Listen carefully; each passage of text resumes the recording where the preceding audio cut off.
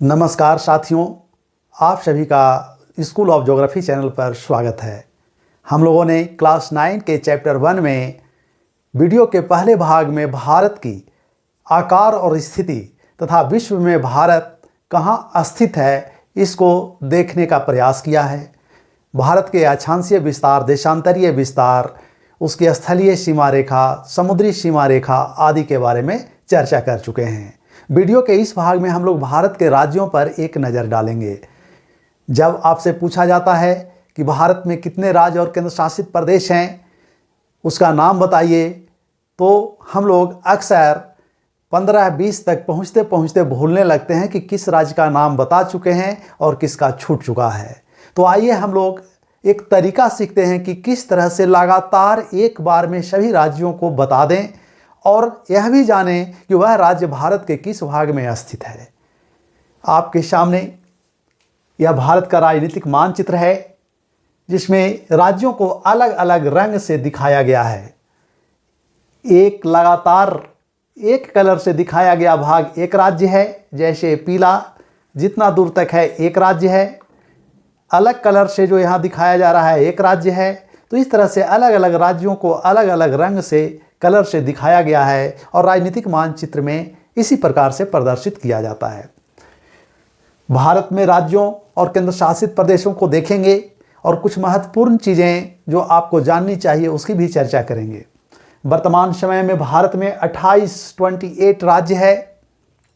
इसकी संख्या स्वतंत्रता के बाद से जब राज्यों का पुनर्गठन हुआ और उसके बाद पुनर्गठन आयोग बना, 1956 ईस्वी में राज्य पुनर्गठन आयोग ने राज्यों को निर्धारित किया और उसके बाद से निरंतर इसकी संख्या बढ़ते चली गई और बढ़ते बढ़ते 28 से 29 हो चुकी थी। लेकिन बाद में एक राज्य को 2 केंद्र शासित प्रदेश में विभाजित कर दिया गया, जिसके कारण उसकी संख्या अब पुनः 28 हो गई है। केंद्र शासित प्रदेशों की भी संख्या बढ़ते घटते रही है। वर्तमान में 8 केंद्र शासित प्रदेश है। कुछ समय पहले तक 9 था। अब आप बता सकते हैं, सोचिए कि फिर इसकी संख्या 8 क्यों हो गई। तो 2 केंद्र शासित प्रदेशों को एक साथ मिला दिया गया है, जिसके कारण अभी वर्तमान में 2021 ईस्वी में भारत में राज्यों की संख्या 28 है और केंद्र शासित प्रदेश की संख्या 8 है। इसके साथ साथ झारखंड कब बना इसे जानेंगे। तेलंगाना के बारे में जानेंगे, क्योंकि यह भारत का 29वां राज्य बना था और अब 28 हो गया, जिसका कारण हम लोग देखेंगे। जम्मू एवं कश्मीर के बारे में, ये राज्य था अब केंद्र शासित प्रदेश है। वर्तमान में इसकी आकृति कैसी है, क्या स्थिति है। और दमन एवं दीव तथा दादर नागर हवेली के बारे में भी चर्चा करेंगे। ये आपके सामने भारत का राजनीतिक मानचित्र है और इस राजनीतिक मानचित्र में देख रहे हैं यहाँ एक राज्य है। तो हम राज्यों को कैसे आसानी से बोल सकते हैं, याद कर सकते हैं। तो भारत के मानचित्र को दिमाग में पहले बैठा लेना होगा और किसी एक तरफ से राज्य को समझना होगा, उसके आकार को और दिशा को, कि उत्तर में कौन राज्य है, दक्षिण में कौन है, पूरब में कौन है और पश्चिम में कौन है। जब हम उसके स्थिति को मानचित्र पर समझेंगे तब एक किसी भी एक तरफ से उसके नाम को लेना शुरू करेंगे और यात्रा प्रारंभ करेंगे। एक एक राज्य कर आसानी से हम सभी राज्य और केंद्र शासित प्रदेशों का नाम ले सकते हैं, उसे बता सकते हैं। अगर इस तरीके का प्रयोग करेंगे तो हम एक बार में 28 राज्य का नाम बता सकते हैं। तो आइए हम लोग उत्तर दिशा से प्रारंभ करते हैं। उत्तर दिशा में यहाँ देख रहे हैं, ये जम्मू कश्मीर एक राज्य था पहले, लेकिन इसे वर्तमान में सबसे उत्तर में हम लोग हैं। वर्तमान में देखिए यहाँ 2 केंद्र शासित प्रदेशों में विभाजित कर दिया गया है। ये पीला वाला भाग लद्दाख है, लद्दाख, और यह जम्मू एवं कश्मीर है और ये 2 केंद्र शासित प्रदेश में विभाजित कर दिया गया है। अर्थात वर्तमान में दोनों केंद्र शासित प्रदेश है, यूनियन टेरिटरीज है। लद्दाख की राजधानी लेह है, लेह, और जम्मू एवं कश्मीर की राजधानी श्रीनगर है। और जब हम उत्तर से दक्षिण की ओर आने लगेंगे तो सबसे पहले उत्तर से दक्षिण आने में ये भारत के पश्चिमी राज्य, जिसे उत्तरी पश्चिमी राज्य भी कह सकते हैं, उत्तर और पश्चिम में है। पश्चिमी राज्य सबसे पहले हमको यहाँ मिलेगा पंजाब, तो पंजाब, बगल में हिमाचल प्रदेश है, और यहाँ से अब एक एक कर नाम बोलते जाएंगे और चलते जाएंगे, देखते जाएंगे। हरियाणा, ये पीला वाला राजस्थान, ये गुजरात, इसके बाद यहाँ देखिए ये मध्य प्रदेश है। मध्य प्रदेश ये बीच में, भारत के बीच में लगभग है, इसलिए इसका नाम मध्य प्रदेश हो गया। इसके नीचे और दक्षिण आएंगे तब महाराष्ट्र मिलेगा। तो इस तरह से हम एक दिशा से चलते आएंगे महाराष्ट्र, और ये क्या है, सब पश्चिमी राज्य है। गुजरात जैसे उत्तर पश्चिम में था पंजाब, राजस्थान, हरियाणा, उसी तरह से ये पश्चिम में गुजरात है, महाराष्ट्र है।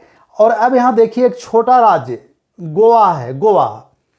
और उसके बाद अब दक्षिण की ओर आ गए हैं, दक्षिण भारत में।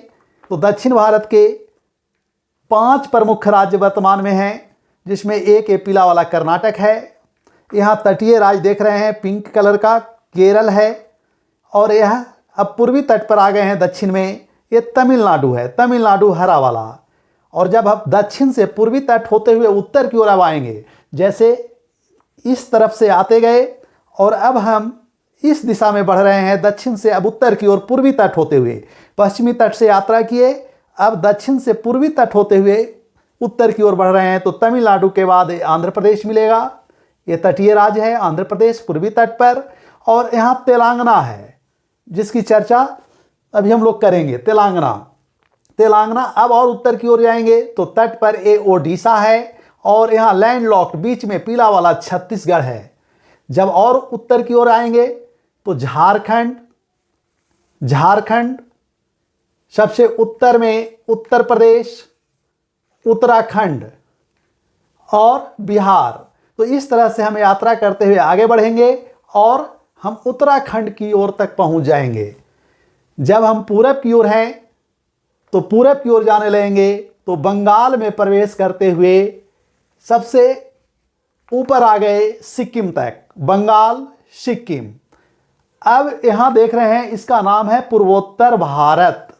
ये उत्तर और पूर्व में है, इसलिए इसका नाम है पूर्वोत्तर भारत। तो पूर्वोत्तर भारत में जो राज्य स्थित हैं ये 7 राज्य हैं। तो टोटल 28 राज्य में हम लोग 21 राज्य की यात्रा कर चुके। जम्मू कश्मीर से शुरू किए, यहाँ 2 केंद्र शासित प्रदेश पहले, लद्दाख और जम्मू कश्मीर। राज्य शुरू होता है हिमाचल प्रदेश, पंजाब, राजस्थान, हरियाणा, गुजरात, मध्य प्रदेश, महाराष्ट्र, गोवा, कर्नाटक, केरल, तमिलनाडु, आंध्र प्रदेश, तेलंगाना, ओडिशा, छत्तीसगढ़, झारखंड, पश्चिम बंगाल, बिहार, उत्तर प्रदेश, उत्तराखंड। और यहाँ पश्चिम बंगाल के उत्तर में सिक्किम। यानी एक बार में हम उत्तर से दक्षिण आए पश्चिमी तट होते हुए, और दक्षिण से उत्तर चले गए पूर्वी तट होते हुए। तो एक बार में हम 21 राज्य का भ्रमण कर लिए। अब सिक्किम के बाद जब इस तरफ आ रहे हैं उत्तर पूर्व में, तो यहाँ 7 राज्य हैं, जिसे 7 सिस्टर्स के नाम से जाना जाता है, सतवाहिनी राज्य। अब यहाँ याद करने का तरीका यह है कि अगर हम इन राज्यों में सबसे पहले जो एक महत्वपूर्ण राज्य है, पीला है, ये असम है। असम के बीचों बीच ब्रह्मपुत्र नदी प्रवाहित हो रही है, तो ये असम है। तो असम के चारों ओर राज्य घिरे हुए हैं, असम को चारों ओर से घेरे हुए हैं। जैसे ये असम के उत्तर में हरा कलर का अरुणाचल प्रदेश, ये अरुणाचल प्रदेश, नागालैंड, मणिपुर, मिजोरम, त्रिपुरा और मेघालय। तो एक तरह से देख रहे हैं कि असम को चारों ओर से घेरे हुए है। तो इस तरह से हम लोगों ने भारत के राजनीतिक मानचित्र पर भारत के राज्यों को एक दिशा से देखना प्रारंभ किया। और जब एक दिशा से देखना प्रारंभ करेंगे तो आसानी से सभी राज्यों का नाम बता सकते हैं, उसको पहचान सकते हैं। जैसे अगर केंद्र शासित प्रदेशों को छोड़ दें तो हिमाचल प्रदेश, पंजाब, राजस्थान, गुजरात, महाराष्ट्र, इससे सटा हुआ यहाँ है मध्य प्रदेश, महाराष्ट्र, गोवा, कर्नाटक, केरल। दक्षिण में आ गए। अब पूर्वी तट होते हुए तमिलनाडु, आंध्र प्रदेश, तेलंगाना, ओडिशा, छत्तीसगढ़, झारखंड, बंगाल, बिहार, उत्तर प्रदेश और उत्तराखंड, फिर पहुंच गए वहीं। और जब पूरब उत्तर पूरब की ओर आ रहे हैं तो बंगाल के बाद ये सिक्किम है, और ये 7 सिस्टर के राज्य हैं असम, और असम को चारों ओर से उत्तर अरुणाचल प्रदेश, फिर पूरब में नागालैंड, मणिपुर, मिजोरम, दक्षिण में त्रिपुरा और यहाँ मेघालय, ये 7 राज्य हैं। तो 21 और 7 28 राज्य हो गए, जिसको हम एक बार में देख सकते हैं। अब केंद्र शासित प्रदेश की चर्चा करते हैं। तो भारत में जैसा कि देख रहे हैं 8 केंद्र शासित प्रदेश है। अब ये 8 केंद्र शासित प्रदेश वर्तमान में कौन कौन हैं? तो एक केंद्र शासित प्रदेश यहाँ हरियाणा, राजस्थान, उत्तर प्रदेश की सीमाएं लगती है, दिल्ली है। अब राजस्थान की सीमा कैसे लग जाती है? तो दिल्ली, नई दिल्ली जो भारत की राजधानी है, दिल्ली केंद्र शासित प्रदेश है, यानी केंद्र द्वारा सीधे वहाँ के शासन पर नियंत्रण होता है। जब हम लोग भारत के संविधान और राजनीतिक व्यवस्था के बारे में देखेंगे तब वहाँ इसके बारे में विस्तृत चर्चा करेंगे। अभी केवल स्थिति देख रहे हैं कि किस क्षेत्र में, किस दिशा में ये दिल्ली स्थित है। और ये राष्ट्रीय राजधानी प्रदेश, नेशनल कैपिटल रीजन, NCR कहलाता है। और केंद्र शासित प्रदेश दिल्ली, और दिल्ली के बाहर तक फैला हुआ है NCR, जिसमें कुछ हरियाणा, राजस्थान और उत्तर प्रदेश के जिले भी शामिल हैं, यानी NCR का क्षेत्र बड़ा है। दिल्ली एक केंद्र शासित प्रदेश हुआ। दूसरा यहाँ चंडीगढ़ है। अब चंडीगढ़ इसलिए केंद्र शासित प्रदेश बनाया गया था कि चूंकि वो पंजाब और हरियाणा 2 राज्यों की राजधानी है एक ही शहर में, तो उसे केंद्र शासित प्रदेश बना दिया गया। 2 हो गया। तीसरा केंद्र शासित प्रदेश जो जम्मू एवं कश्मीर राज्य को 2 भाग में बांटकर बनाया गया है, वह लद्दाख है सबसे उत्तर में, और जम्मू कश्मीर। तो दिल्ली 1, चंडीगढ़ 2, लद्दाख 3, जम्मू एवं कश्मीर 4। 5वां केंद्र शासित प्रदेश द्वीप समूह है अंडमान एवं निकोबार द्वीप समूह।